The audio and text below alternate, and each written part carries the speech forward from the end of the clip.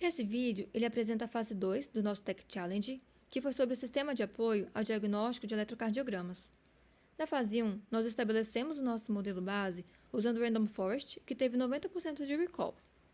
Agora, na fase 2, o nosso objetivo foi elevar o nível de sofisticação do nosso projeto através de duas frentes principais: a otimização de hiperparâmetros via algoritmos genéticos e a integração com LLMs para tornar os resultados mais interpretáveis para o ambiente clínico. Porém, antes de entrarmos no problema da otimização, é crucial revisitarmos a preparação dos dados que ocorreu lá na fase 1. Na seção 3.1, realizamos a consolidação da base, unindo os metadados do paciente e as features extraídas do sinal de eletrocardiogramas. O resultado é o nosso DF-Base. O ponto mais importante é a seção 3.2, onde construímos a variável alvo. O dataset PTB-XL possui diagnósticos complexos, mas para o nosso objetivo de triagem binária, transformamos isso em uma variável simples: doente, que indica a presença de qualquer anormalidade clinicamente relevante, e não doente. Essa simplificação é o que permite o modelo atuar como um primeiro filtro de triagem. E voltando agora para a fase 2, o nosso maior objetivo vai ser otimizar os IP-parâmetros utilizados no Random Forest utilizando o algoritmo genético. O algoritmo genético ele possui capacidade de explorar eficientemente um grande espaço de busca. Então, ele vai ser ótimo para a gente otimizar esses hiperparâmetros todos simultaneamente, né? Um detalhe importante do nosso trabalho está na seção de preparação dos dados para a utilização do algoritmo genético. Como esse algoritmo ele treina o modelo centenas de vezes para achar os melhores parâmetros, o custo computacional seria altíssimo se usássemos a base inteira em cada iteração. Por isso, nós criamos um subconjunto estratificado. Isso significa que reduzimos a quantidade de dados para ganhar velocidade, mas usamos a técnica de estratificação para garantir que a proporção entre pacientes saudáveis e doentes permaneça a mesma na nossa base original. Assim, o algoritmo genético ele aprende com uma amostra fiel da realidade, mas de forma muito mais rápida. Na seção 7.4, nós definimos o Param Space. Esse dicionário estabelece os limites para os genes do nosso algoritmo, que são os hiperparâmetros do Random Forest. Portanto, o espaço de busca inclui esses hiperparâmetros, como o número de árvores, profundidade máxima e critérios de poda. É crucial notar que, para fins didáticos e para garantir que a demonstração fosse concluída em um tempo razoável, nós reduzimos drasticamente o espaço de busca original. Se tivéssemos mantido o espaço de busca completo, a execução levaria horas. Por isso, nós limitamos o N-Estimators a apenas 2 ou 3 árvores, por exemplo. Essa redução nos permite ilustrar o funcionamento do algoritmo genético sem comprometer o limite computacional. Um ponto fundamental aqui foi a nossa função de fitness.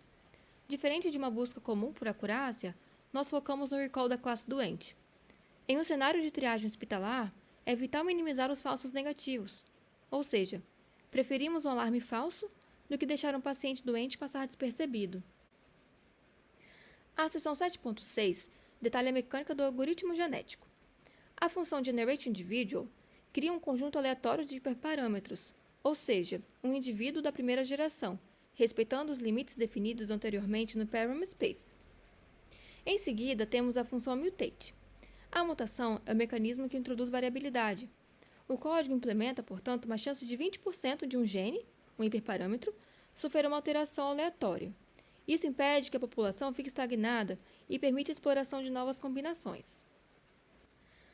Nós também iremos trabalhar com a função crossover. Ela realiza o cruzamento uniforme entre dois pais para gerar um filho, ou seja, ela irá unificar 2 hiperparâmetros em um. Cada gene do filho tem 50% de chance de vir de qualquer um dos pais. Na seção 7.7, nós temos a execução principal do algoritmo genético. Nós definimos 3 configurações de experimento, variando a taxa de mutação, para testar diferentes estratégias de busca. No cenário conservador, nós estamos com uma baixa taxa de mutação, ou seja, 5%. Nós focamos aí em refinar o que já era bom. No cenário equilibrado, nossa linha de base ficou com 20% de mutação. E já o cenário exploratório, estamos com 50% de mutação. Então, nós estamos forçando o algoritmo a testar regiões totalmente novas do espaço de busca. O loop principal simula a evolução. A cada geração, os indivíduos são avaliados pela Fitness Function, os melhores são selecionados e a nova população é gerada por cruzamento e por mutação. O uso da biblioteca TQDM nos permite acompanhar o progresso da otimização em real time. No cenário conservador, nós obtivemos 86% de recall. No cenário equilibrado, nós obtivemos 88% de recall. E na classe explorador, nós obtivemos 88% de recall. Portanto, o melhor cenário está sendo equilibrado. Ao final da execução do nosso algoritmo, a seção 7.7.5 nos fornece os resultados finais. A tabela nos permite comparar o melhor recall obtido em cada um dos 3 experimentos. O gráfico comparativo de evolução é a prova visual da convergência. Observamos que o ganho de fitness, ou seja, o recall, ele se estabiliza rapidamente, indicando que o modelo baseline da fase 1 já estava bem próximo do ótimo. O algoritmo genético ele confirmou isso, trazendo ganhos marginais, mas garantindo que não estávamos presos em um mínimo local. O modelo otimizado final manteve um recall elevado, consolidando a segurança do sistema para o uso em triagem. Na seção 7.8 e 7.9, nós treinamos o modelo final com os hiperparâmetros vencedores do algoritmo genético e o avaliamos. É importante salientar que, para a construção do modelo final, nós optamos por ajustar manualmente o hiperparâmetro N-estimators para 60. Essa decisão justifica-se pelo fato de o espaço de busca original, o parent space, ter sido configurado em um intervalo muito reduzido, apenas para agilizar o processo de convergência do nosso algoritmo genético. Assim, combinamos a estrutura otimizada, encontrada pelo algoritmo genético para os demais parâmetros, com o número de árvores previamente identificado como ideal, o 60, garantindo a robustez necessária ao treinamento. O Classification Report e a matriz de confusão confirmam que o modelo otimizado mantém alto recall de 90%, contra 90% também na fase 1, o que reforça a conclusão de que a nossa otimização trouxe estabilidade e confiança, e não apenas um ganho marginal de métrica. É importante salientar que nós utilizamos o Parent Space didático. Talvez se tivéssemos utilizado o Parent Space original com as métricas elevadas, talvez alcançaríamos um recall mais elevado. Chegamos, então, na outra grande inovação desta fase, que foi a integração com o modelo Gemini da Google. Entendemos que métricas como ROC-ALK não dizem muito ao médico no plantão. Por isso, nós criamos um pipeline onde a saída do nosso Random Forest otimizado é enviada para a LLM através de um prompt estruturado. Neste prompt, nós definimos o papel da IA como assistente cardiológico e pedimos que ela traduza os dados técnicos em uma explicação clínica. Por exemplo, se o modelo detecta uma alta probabilidade de patologia baseada na duração do complexo QRS, a LLM explica isso em uma linguagem médica, destacando as possíveis implicações clínicas. Isso humaniza a IA e facilita o apoio à decisão. O processo começa com a função Predict Patient. Ela é responsável por pegar um exame do nosso conjunto de teste e retornar a classificação final, se é doente ou saudável, e a probabilidade associada a essa decisão. Em seguida, nós temos a função getPatientFeatures. Ela é fundamental, pois não apenas pega a previsão, mas também utiliza o atributo Feature Importances do nosso modelo Random Forest otimizado para identificar e selecionar as 5 características do eletrocardiograma que mais influenciaram aquela decisão específica. É ela quem garante que a LLM terá o contexto exato do porquê o modelo classificou o paciente daquela forma. Com os dados prontos, a função GeneratePrompt constrói a mensagem de entrada para a LLM. Ela formata a classificação, a probabilidade e as 5 features mais importantes em um texto claro, instruindo a LLM a atuar como assistente especializado em cardiologia.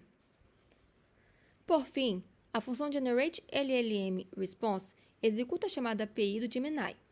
Ela envia o prompt estruturado e recebe como resposta a explicação clínica completa, traduzindo as métricas técnicas em linguagem médica, com destaque para as implicações clínicas das alterações encontradas.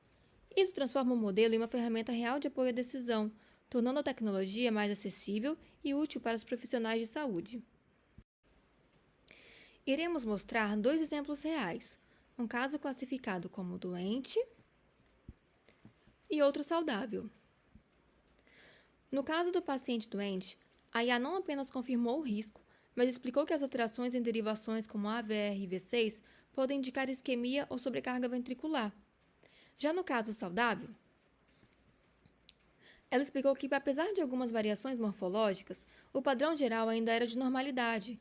Isso mostra como a IA generativa pode servir como uma ponte entre o dado bruto e a decisão clínica. Durante o desenvolvimento, enfrentamos desafios significativos. O principal foi o custo computacional do algoritmo genético, já que treinar centenas de random forests é pesado. Resolvemos isso utilizando o subconjunto estratificado para a fase de otimização e implementando o processo paralelo com n-jobs igual a -1. Outro desafio foi a estocasticidade. Algoritmos genéticos podem ser imprevisíveis. Solucionamos isso criando mecanismos de backup e salvamento automático dos experimentos, garantindo que os melhores resultados fossem sempre persistidos. E para finalizar, vimos a convergência das gerações e a resposta da LLM gerando laudo explicativo. Concluímos que a combinação de machine learning clássico otimizado com a IA generativa cria uma ferramenta poderosa. Temos a precisão estatística do Random Forest e a interpretabilidade da LLM. Estamos prontos para apoiar a triagem de eletrocardiogramas com eficiência e clareza. Obrigada.